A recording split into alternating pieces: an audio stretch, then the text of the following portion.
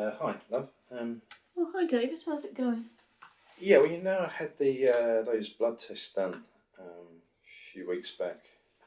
1 minute, sorry. I didn't Yeah, it's know you had blood Doctor. tests. Anyway, I was like getting tired and breathless and everything, so I went to see Dr. Nathan a couple of weeks ago. He did some blood tests, and I've just been for a follow up, and he said there were some like abnormalities, and he thinks it might be cancer, blood cancer. So he's referred me to a haematologist. Thinks you've got cancer. Yeah, he thinks it. Yeah. Are they sure? Is it treatable? Are they sure that you've? I don't know. I mean, we need to see a haematologist, which isn't going to be for a few more weeks. Like chemotherapy? I mean, is it serious? I feel fine. I feel fine. He said it might be cancer. Ergo, it might not be cancer. So we really don't know till we see the haematologist, which is like a couple of weeks. It might not be cancer, but you're seeing a haematologist. Yeah, oh, David, God. Anyway, look, you've got to crack on. I need to call the builders about the extension.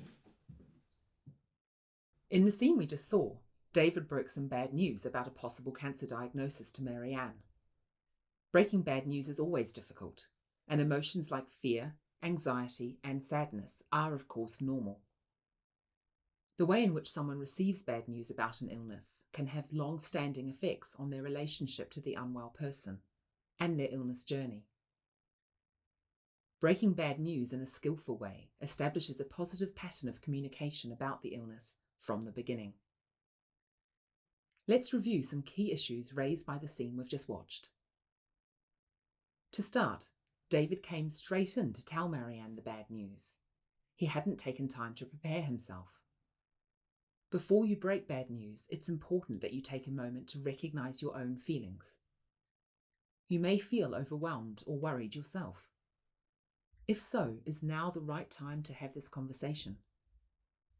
Take a moment to breathe and think about your approach. If you've just heard the news yourself, maybe you need to take some time to process it before informing others. If you're very anxious, it can come out in ways you don't intend. This can make the other person feel even more vulnerable.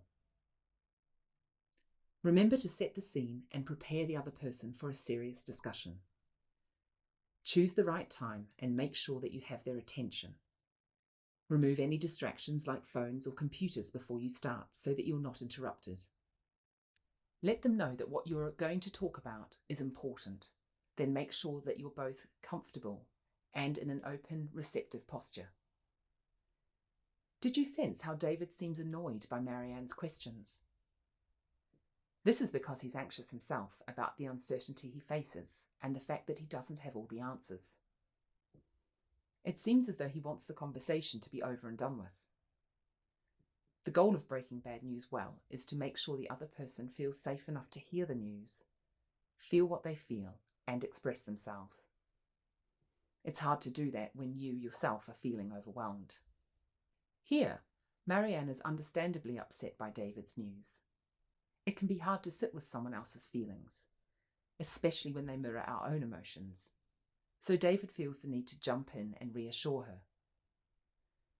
This can be experienced as invalidating by the other person, as if it's not okay for them to feel what they feel. So when you break bad news, prepare to leave quiet space in the conversation for processing and feeling the emotions that come up. At the end of the scene, David tries to create positivity and optimism, which can feel like the right thing to do at the time, but actually he's giving Marianne false reassurance. It's important to acknowledge what you don't know, even if that uncertainty is upsetting for both of you. It can be helpful to name how you're feeling, letting the other person know that you're struggling with the same thing.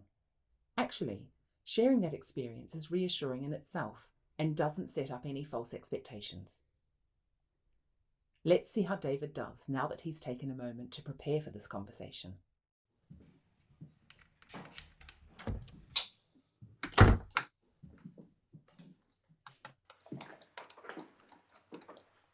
Hi, love. Oh, hi David, how's it going? Yeah, there's something I need to talk to you about. Any chance we could have a sit down in the other room for a moment? Oh, now? Yes, quite important. Won't take long. Okay, hang on. Okay then. So what do you want to tell me? Well, you know, I've been feeling tired lately and getting breathless. I went to see Dr. Nathan a couple of weeks ago, and he ran a few tests, did some blood tests, and I've just been to see him this morning for a follow-up. Now, he told me that the test came back with some abnormalities, and he thinks it might be blood cancer. He thinks you may have cancer. He can't really say more than that. He said the next step is I need to see a haematologist, but he's put me forward for an appointment, and it shouldn't take more than 2 weeks. Did he say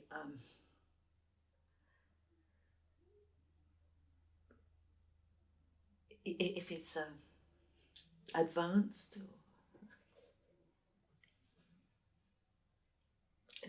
if they can treat it? I had all these questions for him as well. It's something we'd have to talk over with the haematologist when he does a few more tests. Chemotherapy. But what I'm going to do is when we get the date through, I'm going to put the date in the calendar, and then we're both going to go along together and we can ask the haematologist all these questions. Yeah? We're going to be fine.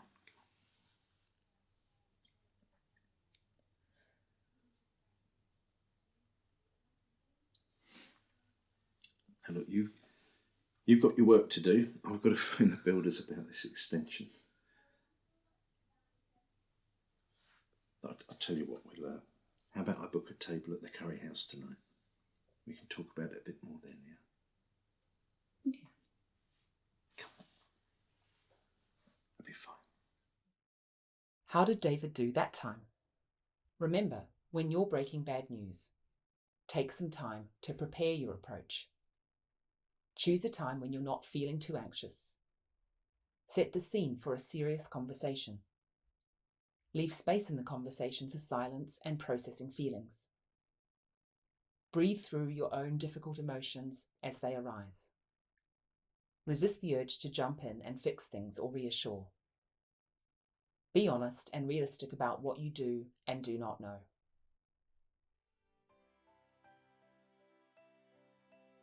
Experiencing some anxiety or negative thoughts is a normal part of the cancer journey, but doesn't have to have a serious or long-lasting impact on your life.